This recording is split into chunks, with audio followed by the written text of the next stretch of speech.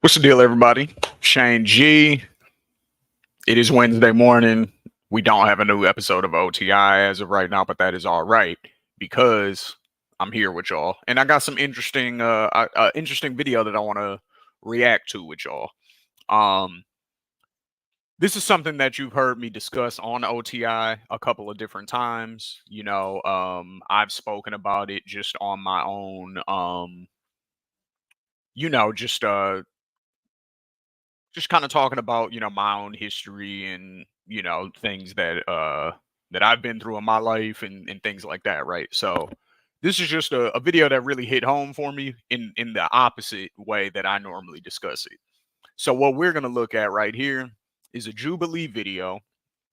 Um and what they did was they took a group of um they took 7 people and they blindfolded everybody. And one person was white and everybody else was black. And the goal of the game was to guess who the white person was. Again, everybody's blindfolded, so all you can do is just talk, hear each other's voices, the way that we say certain things.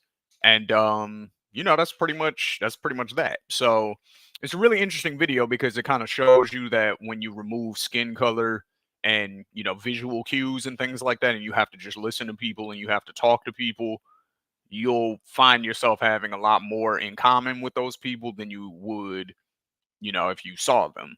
That was kind of my takeaway from this video. But and also just certain things that seem to be associated with certain groups. That was another thing I took away from this video. It was something I kind of already knew, um, but it was interesting to see it actually play out in the video. So let's check it out. No further ado, shout out to Jubilee because they do some very interesting stuff. I'm black. I'm black. I'm black. I'm black. I'm white. Shout out to Milk.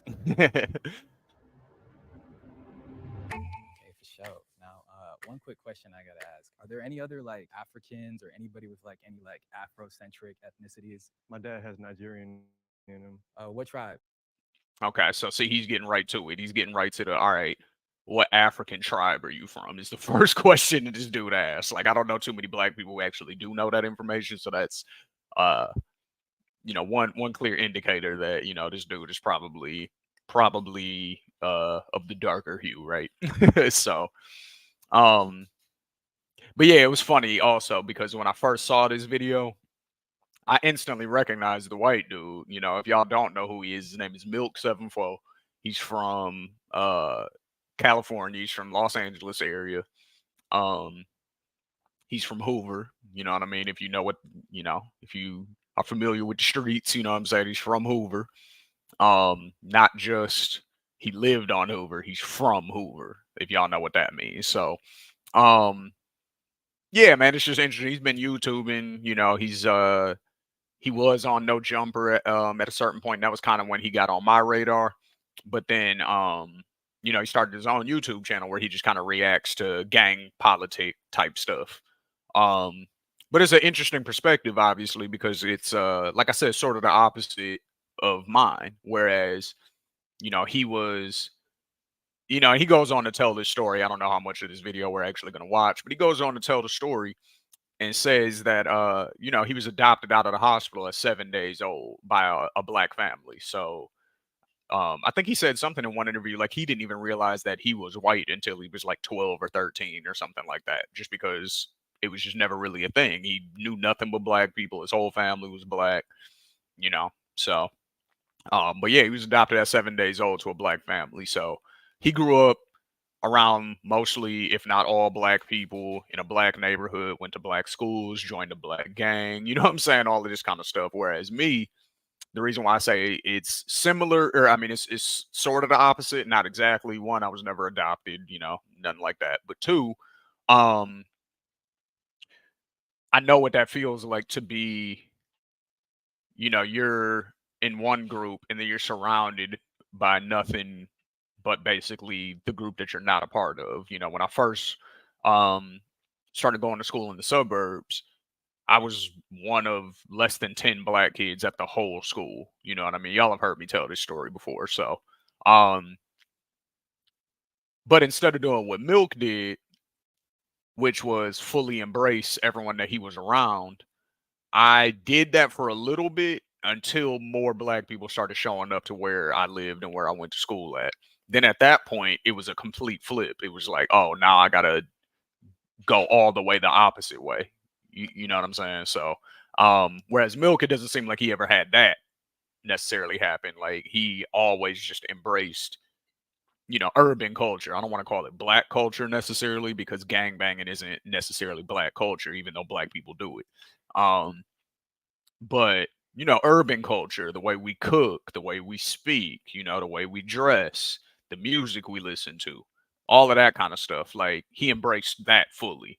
You know what I mean? He never turned 16 and was like, I'm white, I'm supposed to be listening to rock and roll. And you know what I'm saying? That never happened with him. He just continued down the same path. Whereas for me, there was a change. You know what I'm saying? Like it was a conscious thing. Like, oh, if this is what I'm supposed to be doing as a black person, then I need to move away from all this skater and rock and roll shit that I'm on and get over here and jump in the streets. You know what I'm saying? That's pretty much, again, I was 16 at the time. This is 20 years ago. You know what I mean? So, but anyway, so Milk's story is very interesting to say the least. But let's continue. Do you know what? Actually, I don't, but my mom's Ashkenazi Russian Jew, and then my dad's literally like a mutt. He got Nigerian all the way from Asian to he's literally mixed with everything. Okay, for sure, for sure. Anyone else? Nope, just black. Yeah, I got nicknames. Well, Rosebud is actually my street name. My real name's Riley. My name is Fitzgerald. That's like the full first name, but then Fitz is like the nickname people call me by. They do Fitzy. Yeah, sometimes they do Fitzy. Sometimes they be doing Fitzy. I think my strategy was to kind of just be black. I'm not gonna lie. When you said Fitz, I thought it was because you had tough fits on. Now, see, right there, when he says, my strategy is to just be black, that's kind of the whole point of this, is what does that mean? And what we're going to see is that means different things to different people. Again, it's 5 black, or let me see, 1, 2, 3, 4, 5. It's 6 black dudes and 1 white dude. And you're about to hear very different perspectives on what being black is, even though everybody up there, except for one person, is black. That's why this is interesting too. Oh, you know what I mean? That too. You can't even feel see me? him. What you talking about, bro? That too. I mean, if you could see, you'd probably be able to tell that I got a tough fit on you. I wasn't even funny. Can we all say what we wearing and everything? I got a skeleton all red, varsity jacket, cargo Bro, you pants know on the what's crazy? side. What's up? We matching right now. I'm not wearing the skeleton fit, but I got like red. You got Air Forces on? I got Air Forces on. No, you crazy. I wish I could dap you up right now. I wish I could dap you up right now. But Wait, what type forces y'all got on? So I got the Air Force ones with like the little black stripe on it. okay, yeah, half black, half white. Right. Oh, I see where you're going with You that. said I did. You said half black, half white. Half black, half white. You feel me? No cap, I used to wear some Pumas that were half black and half white because Okay. of that my whole life. My strategy for today was to figure out who's safe rather than figure out who's the mole right off the bat. Who's one of the brothers? You feel me? Who here knows what the smell of a hot comb on a head? It stink. It stink real bad. What are some prominent songs that you're gonna hear? The funny thing is too, again, because Milk grew up in a black household, all of the questions that you would stereotypically only assume black people to know the answer to, such as the question he just asked, what does a hot comb coming off of somebody's hair actually smell like? That's I'm gonna be real. Like a lot of black people who don't have sisters or didn't grow up with like female cousins, they wouldn't even have an answer to that. They wouldn't necessarily know. My mom wasn't doing the hot comb thing. She went and got her hair done, and you know what I'm saying, like would have weaves or braids or different type of hairstyles. You know what I mean? She wasn't a hot comb lady, so like we didn't even have a hot comb in the crib because I don't have no sisters. You know what I mean? It's just me and Eric. Shout out Eric G. Make sure you check out the bar exam every Monday. But yeah, so it's funny that he's able to answer the questions that most white people who didn't grow up in this circumstance wouldn't be able to answer. You know what I mean? So it's very interesting to me. So, and we do still have the coffee. I'm not calling it coffee with shame for no reason. Like we got coffee on deck At a family reunion? Are they played a lot of blues, Marvin Seed, Bobby Blue Bland. Then when they got drunker, it was Tupac and Oh, look, that shit got. Yeah. His vocal inflection, like it kind of made me think of Straight Outta Compton, the movie. Maybe it felt too black, for a second. Yeah, I grew up on. Now, see, that's hilarious. Their judge, again, this is all based off voice. You see, they're all blindfolded. So he just said that when Rob, aka Milk, was talking, he thought he was listening to somebody from Straight Outta Compton, and it was like almost too black, which is hilarious because again, what does that mean? But the white dude is too black. That's the funny. That's funny. It's just showing you perspective and how people think of blackness in America, how other black people feel about blackness in America. Classic rock from my mom's side, and then I grew up on my dad's side. So anytime, summer vacation in the backyard with my nana, she'd be playing all Motown. My pop-up and nana be dancing, slow dancing to it, telling them, sit your ass down. So now what they're doing is they're voting on who they think the white person is based off just that first round of information.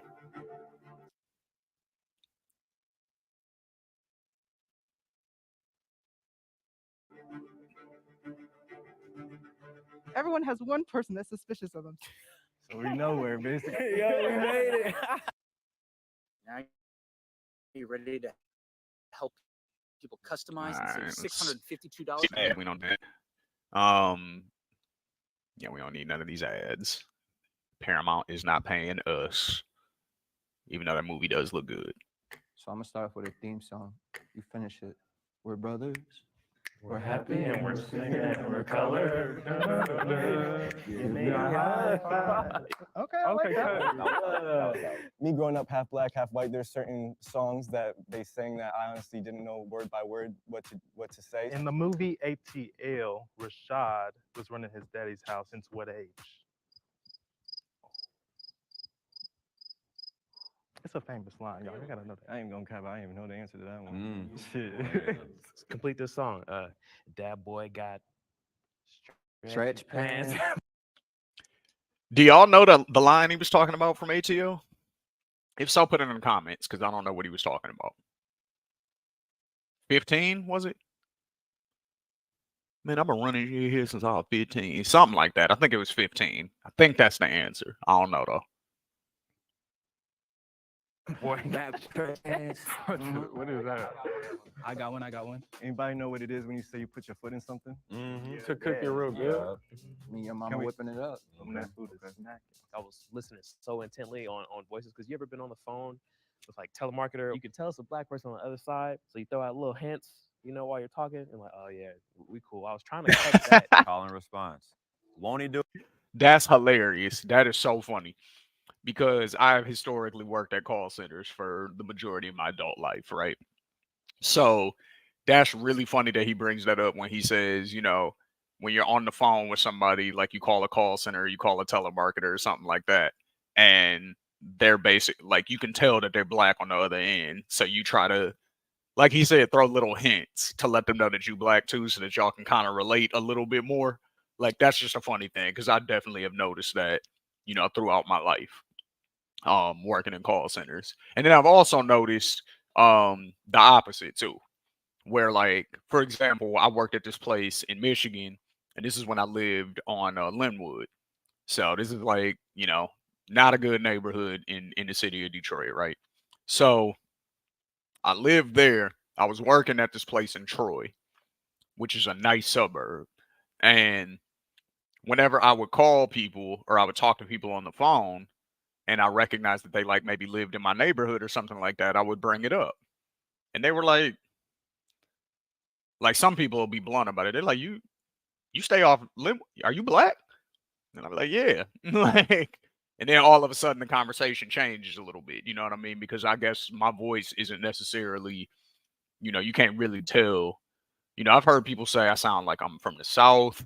I've heard people say I sound like a Southern white boy. I've heard people flat out say I talk white. I've heard people, say that I'm good at, just code switching wherever I'm at. I personally feel like it's that one. I can code switch really well because I can be in a business environment and then I can be in the hood. So, But it's just interesting because I've definitely noticed that too. You know, black people will definitely immediately find a sense of comfort if they feel like they're talking to somebody else that's black, or even if you walk into a mostly white space and you see one other black person, like immediately you have like this sense of comfort, like, oh, okay, I'm not alone. Like, and it's funny because like before me and my brother moved to where we live now, we lived in an area like that. Like where we live now, there's a lot of Mexicans, a lot of black people, you know, some Asians, some Indians. Like it's very mixed where we live right now. But where we used to live, not the case. So, you know, you definitely could feel kind of awkward walking around over there, you know, where we used to live, like because nobody else looked like you. So I definitely understand that also. But it's just an interesting thing that that people do. Do it. Yes, he Won't he will.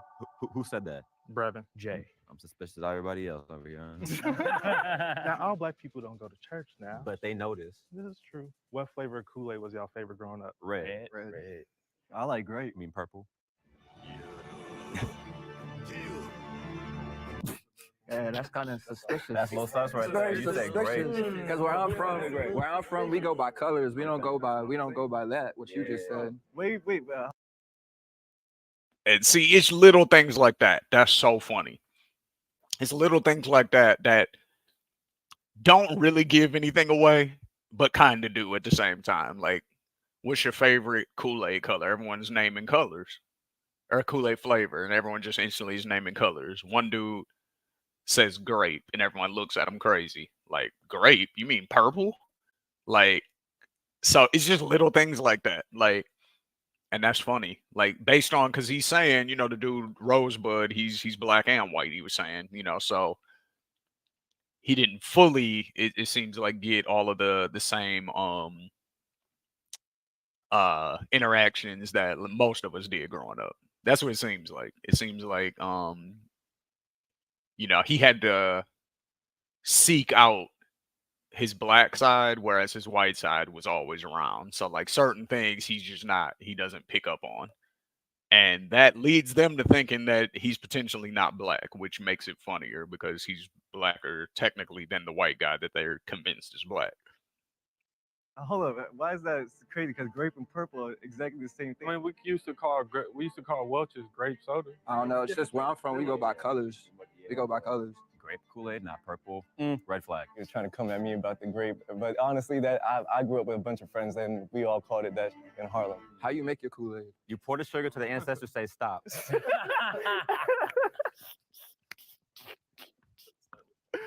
Oh shit. In the summers, it was either if you outside or inside, you had to pick, right? Like Yeah, it wasn't no running in and out. running up and inside your house, you know. So y'all feel that? Or? Yeah. Yeah. Yeah. Don't let that good air out. When it comes to black women from the 90s, who do you think of off the rip? Be alone. I'm gonna say Holly Berry. Damn. I'm gonna say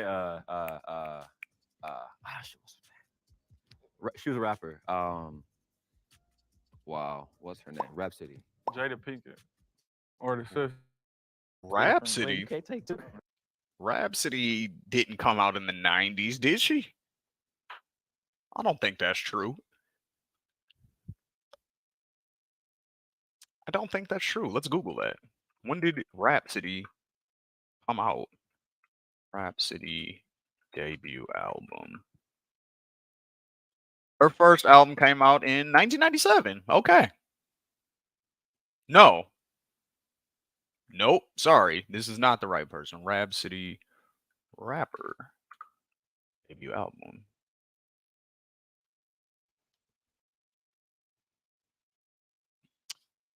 She signed in 2016, bro. Like, I don't think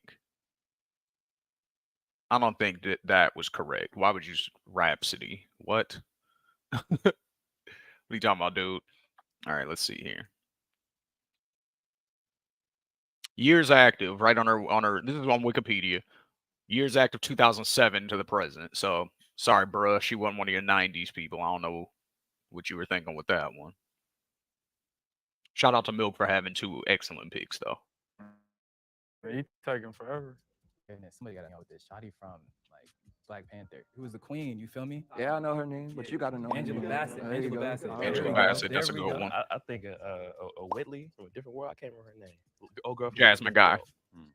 That's Go, I Jasmine watched Guy. Sisters Raven Simone, Tyra Banks from that runway show. Is that 90s? Tyra's from the 90s. I was sitting back watching them being like, Tyra's from the 90s. Raven is too.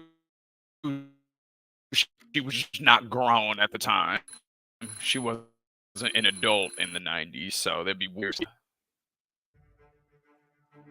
All right. We're voting again.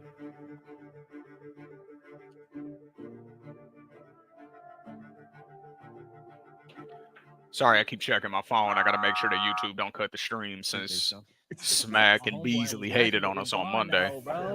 Shout out to URL. When it comes to being black men, microaggressions, let's talk about it. I got you right here, man. I went to a PWI. Man, I be chilling in the corner. There's only 5% of us, but somehow we PWI find a way to take predominantly a white picture institution. for the For dang the like, diversity. for the diversity, right? I'm like, they Bruh. only 5%. I gotta give them credit though, because like finding us is Now, okay. So I actually was unfamiliar with that term, but so apparently there's PWIs and then there's HBCUs. I didn't realize that there was a term for all the other colleges that weren't HBCUs, but apparently they're called PWIs, which is predominantly white institutions of learning. I just learned that today. So I went to a PWI then for sure. Fair State was for sure a PWI. However, we had the most unique the unique campus makeup, I would say, in the sense of how all the black people stuck together. I didn't see it like that at other campuses. There was still more of a separation. Now, I do think that a lot of that came down to just the size of the school and the size of the black population. Like, we kind of didn't have a choice, like, unless you were just gonna fully go Abercrombie model, you know what I'm saying? Like, and be that type of black dude, like, you know, joining a PWI frat, I guess it would be, you know, instead of a Divine Nine frat, you know, things like that. Like, you know, you're hanging out in organizations that are mostly made up of white people, even though there's specifically black organizations on campus that you choose not to participate in, but you go over to the, you know, stuff like that. So there was a very small number of people like that, but for the most part, all the black students did everything black. You know what I mean? YBBW threw an event, everybody black was there. Black threw an event, everybody black was there. One of the frats or the sororities threw an event, everybody black was there. So you knew everybody. So we had a real, even though obviously there was regular college shit going on, you know what I mean? But even with that, it still was like a family vibe to a degree. Because it was like everybody hung out with everybody.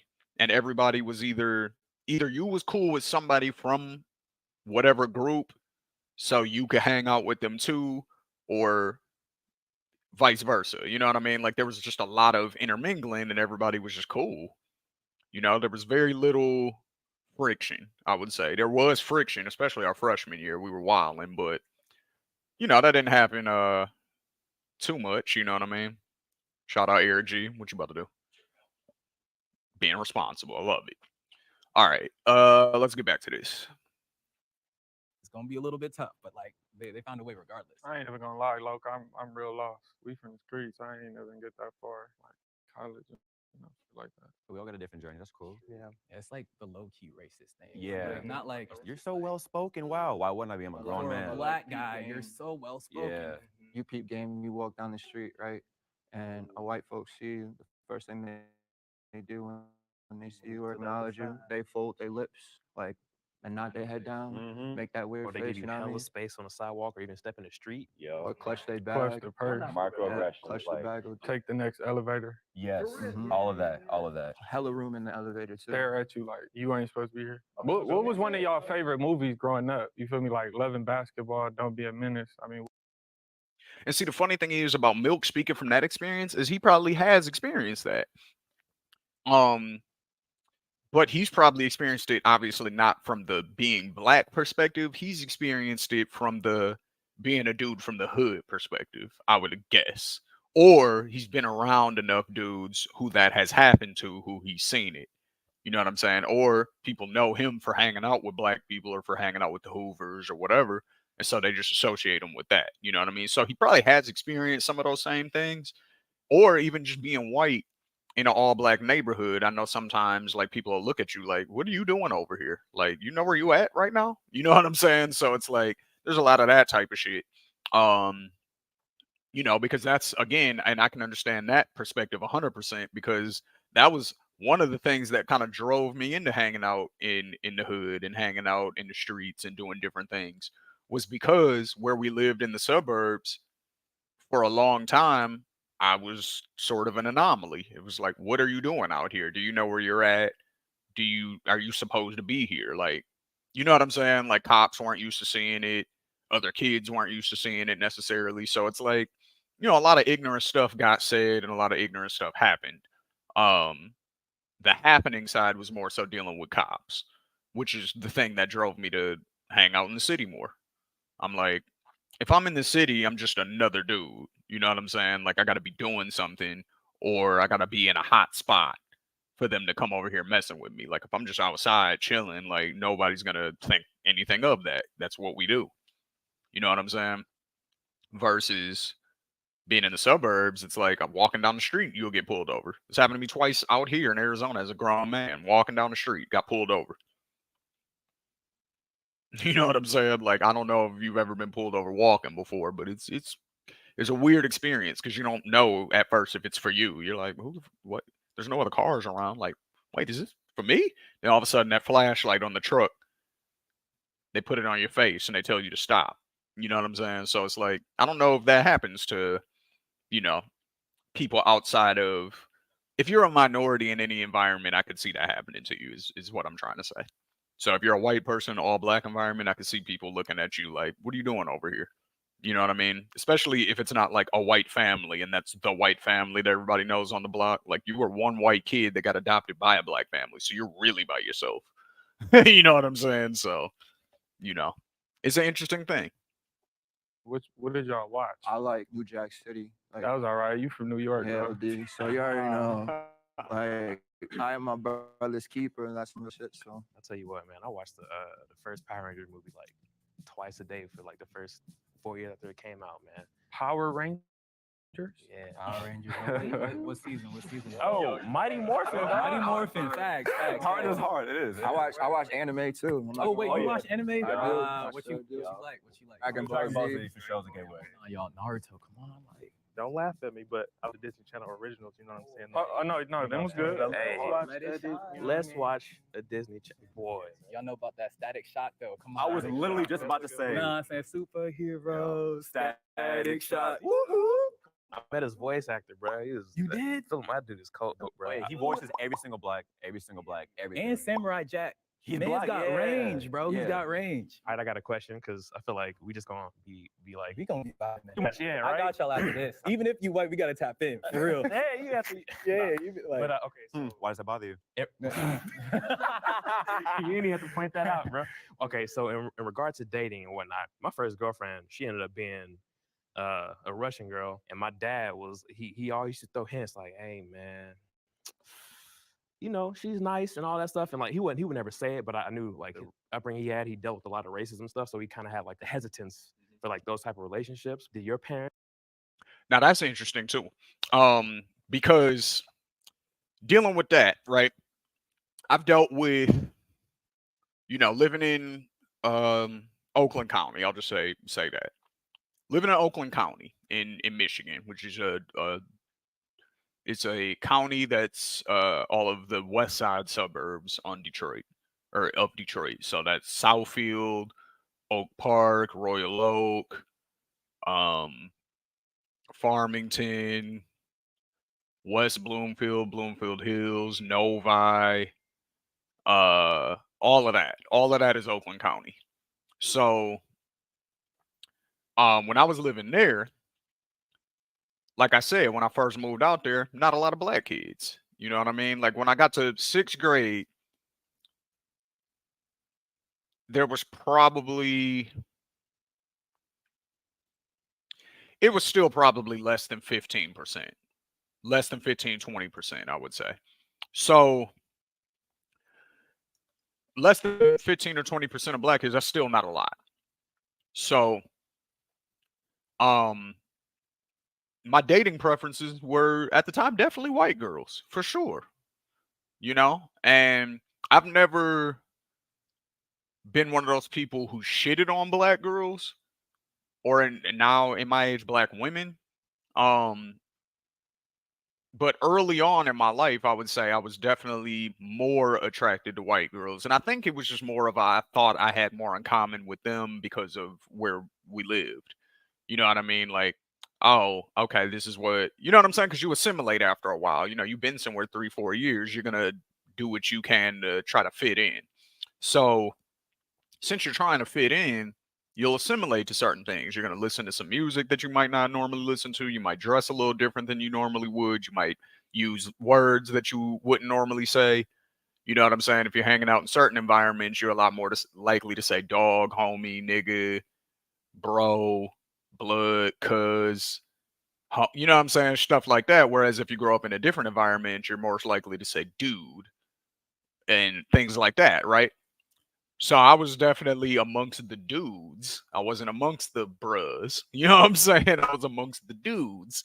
So when we hanging out with dudes, um, you know, like that's kind of more how your vibe is gonna be. And so the girls that they're hanging around with are the girls that you're hanging around with and all of that kind of stuff. So I just found myself being a little more attracted or not being more attracted, but just dating white girls more in like middle school, you know, whatever you consider dating in middle school, you know what I mean? When you're holding hands in the hallway and calling somebody your girlfriend and maybe calling them on the phone here and there, like that type shit. Um, by the time I got to high school though, now I will say I had a black girlfriend in middle school. Like, let's not, you know what I'm saying? I definitely had a black girlfriend. Um, and she's married now. Shout out to her. But I didn't really start consistently dating black girls, I would say, until high school. High school is when I started pretty much only dating black girls. And then in college, I was just enjoying myself. So, and then as an adult, um, it's, you know, mostly been black women, mostly, you know, but there's been some other things in there. I've dated a couple of Mexican women. I've dated you know, a couple of white girls, you know what I mean? So my taste is very diverse, and I think that's just based on my background, where I grew up, you know what I mean? So but I say all of that to say that was a thing when I first started, you know, being interested in girls and wanting to go places and stuff like that. Like the racial thing was a definite issue at first. You know, I'm not gonna say which parent over the other one, but one of my parents was definitely a lot more skeptical of me dating white girls and a lot more paranoid about, you know, oh, if her parents find out, they're gonna lie on you and you're gonna get a case and all of this kind of stuff. Like, you know, these are things we've seen happen, so I get where that comes from. But you know, that was like a big fear for a long time. You know, and then you know, once you're an adult, it's kind of whatever, you know what I mean? Like you're not really, you know, if you're 30, you're not worried about what somebody's parents are gonna say. You know what I'm saying? That's not a thing really at that point. But you know, when you're a teenager, that's still, you know, a possibility. So I understood it. And then the other parent was kind of always had the same attitude, like, yo, are you happy? You know, you like what you're doing? Well, cool, I'm happy for you. You know what I mean? That was always the other parent. Um, so I kind of got both sides of that. But you know, I think over time, and then also my little brother, he mostly dated white girls, you know, growing up. Um, so it was just sort of a thing that the one parent just kind of had to accept after a while. Like, this is what he's gonna do. So you know what I'm saying? Unless I want him to not date anybody or be gay or something like that, then this is what it is. So um, so this is a good question because you know, I'm sure different black parents feel differently about it, but I know that in my era when we were growing up, if you were born in the 80s, grew up in the 90s, then this was probably a conversation that you've had with your parents at some point if you've ever dated outside of your race, especially a white girl. parents or your family just, hey, like, I mean, my mother was from Shreveport, so you know she used to be on that. And she was older when she had me. She was already like in her late 50s, so okay, she wasn't playing with none of that really. I don't think my parents ever put. And that's funny also. So I wonder if like Milk's mom basically was like, "You have to date a black girl," like, and shout out to Milk, his current wife, girlfriend, longtime girlfriend, his partner, whatever. She is black. You know what I'm saying? And again, I do think that that has a lot to do with where you grow up. Wherever you grow up, whoever you grow up around is most likely what you're going to be attracted to. So if you grow up around diverse background, there's 80 languages spoken in your district like it was at mine, then you know, you're probably gonna find yourself liking a little bit of everything. If you grow up around mostly black people, you're probably gonna be attracted to black people. If you grow up around mostly white people, that's probably what you're gonna be attracted to. So, that's what that is. So, um, but I wonder in Milk's case, like if they was like, even though you're white, technically we don't give a fuck. You grew up in a black family, so you date black. I wonder if that was how that went, or if he was just kind of putting that on there for some sauce, basically, just to kind of throw them off the trail a little bit more. Curious. They just want me to love who I love, but at the same time, I think there's always that underlying like, we would love for it to be a black woman. You know what I mean? Yeah, it was actually the same for me. They never said don't bring a white girl home or anything like that, but I definitely know how it would make them feel if I was to bring home a sister for sure. Like, oh shoot, like you're with somebody who understands you, Right. who can understand what you go through in life as a black man on the day-to-day basis, from the microaggressions to the ridiculous racism in your face. My people were cool, whatever. Like I'm cool, whatever too. But like, I appreciate a sister, like, because she understands me and I don't have to explain myself.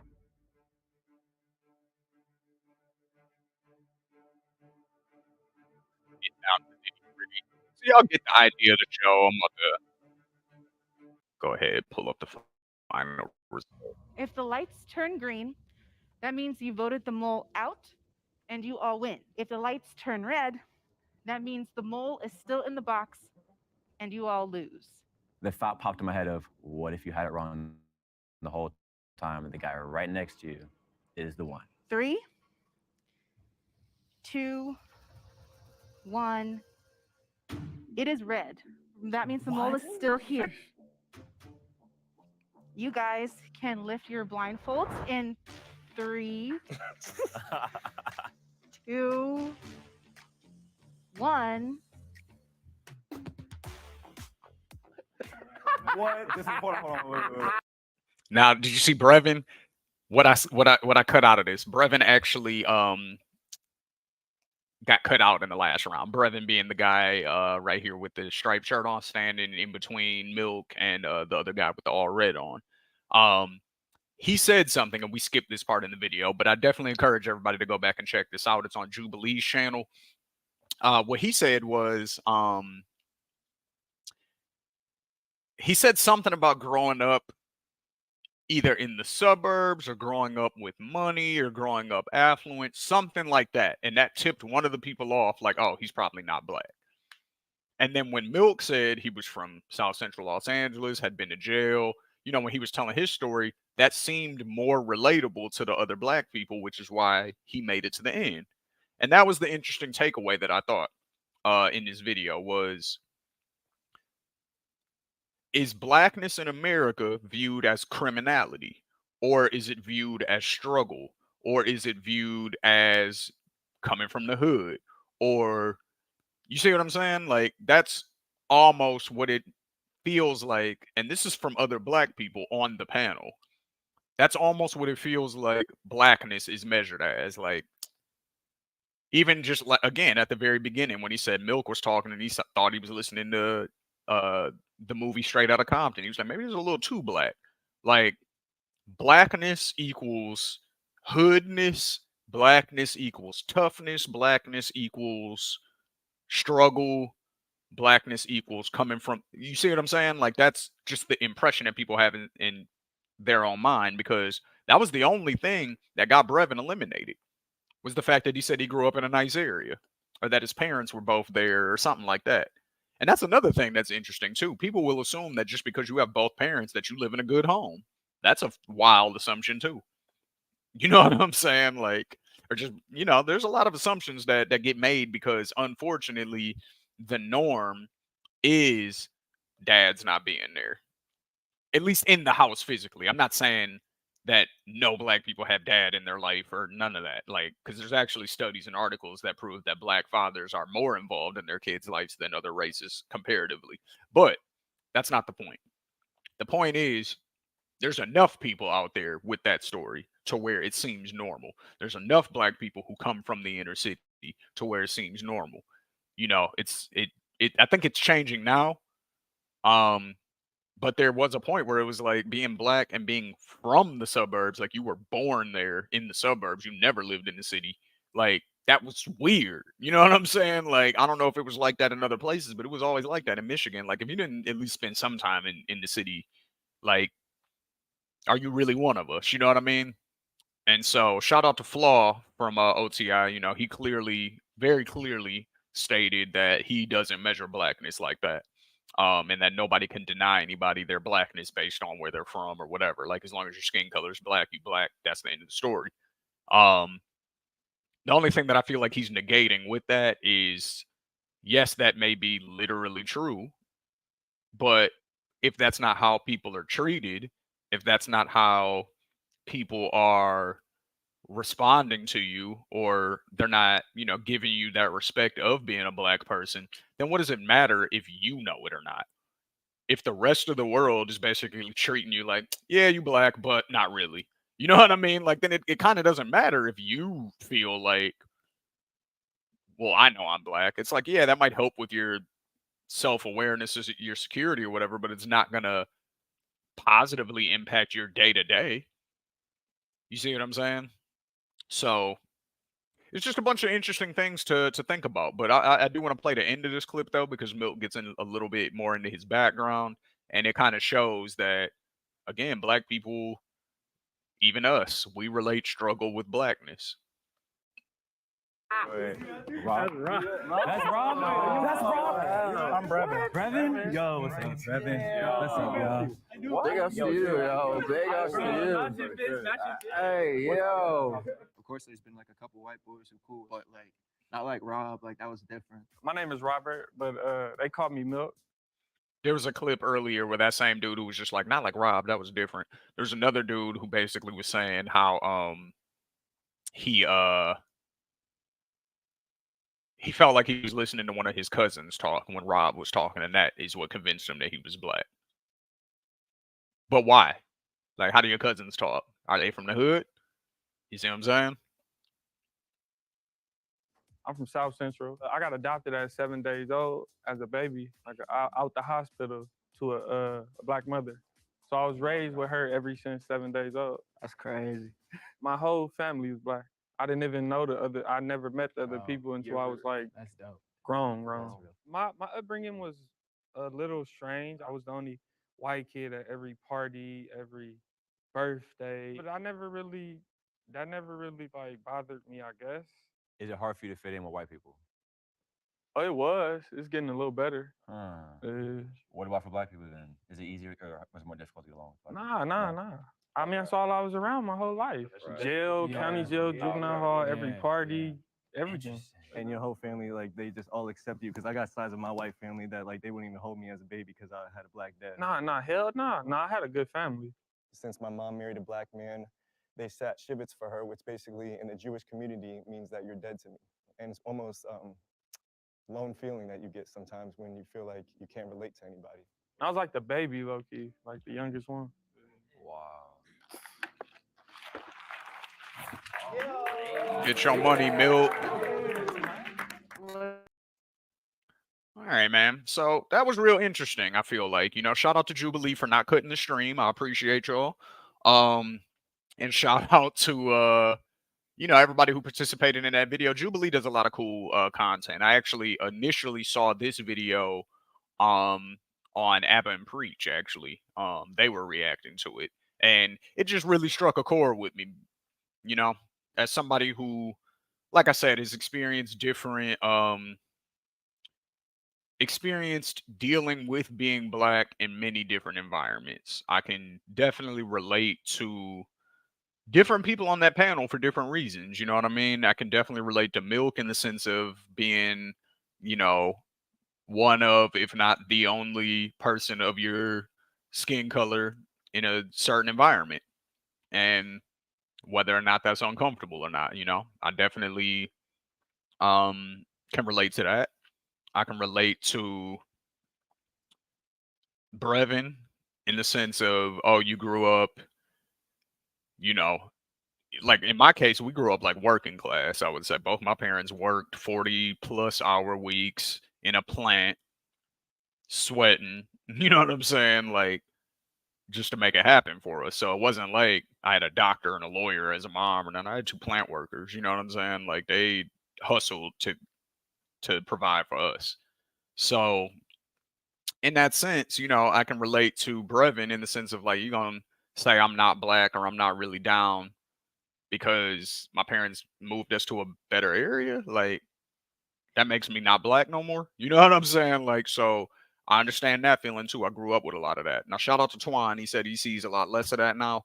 Um, you know, and he still is, you know, in a inner city area. You know what I'm saying? Or he frequents it. I don't know if he lives there anymore. Let me not speak just saying stuff, but you know, he says from what he can see, there's a lot less of that now. And I do think that you know there are a lot more black kids that are just growing up in the suburbs, flat out, like they never lived in the city, and that's cool. You know what I'm saying? Um, you know, I don't think it's a thing where every black person has to be from a hood or be from, you know, um, a certain section to like be respected as authentic or as real or you know what I mean? Like I don't think that really is a thing too much anymore. So it might be. I really don't know. But from what I can see, it doesn't seem like that. You know, I know in my brother's era it wasn't really like that so much because he was part of the younger brothers or whatever. So like my generation, you know, some of us were the first ones, you know, to move out there at different times or whatever, and the younger siblings grew up out there. So, you know, by the time Eric was in high school, it was pretty normal, you know what I mean, for black kids to grow up in the suburbs. So it wasn't really a thing. Um, you know, but that was we're in grades 6 years apart. So, you know, it is what it is. But that's it. That's all I got for y'all today. You know what I'm saying? This has been Shane G. This is you know, sort of a updated coffee with Shane. And we'll be back with OTI next week. I'm pretty sure we're shooting tonight. So we will see y'all soon. But in the meantime, go check out the most recent episode of Bar Exam. Go check out Politics as Usual. And you can go check out our other live streams too. You know, we got some other ones up there. Except for the one that Smack and URL took down. But you know, outside of that, we're just gonna keep at it. So yeah. That's it though. That's all I got for y'all today. Appreciate y'all. And I will catch y'all probably tomorrow. I'll probably be back tomorrow. I don't know what I'm gonna talk about, but I'll probably be back tomorrow. So deuces.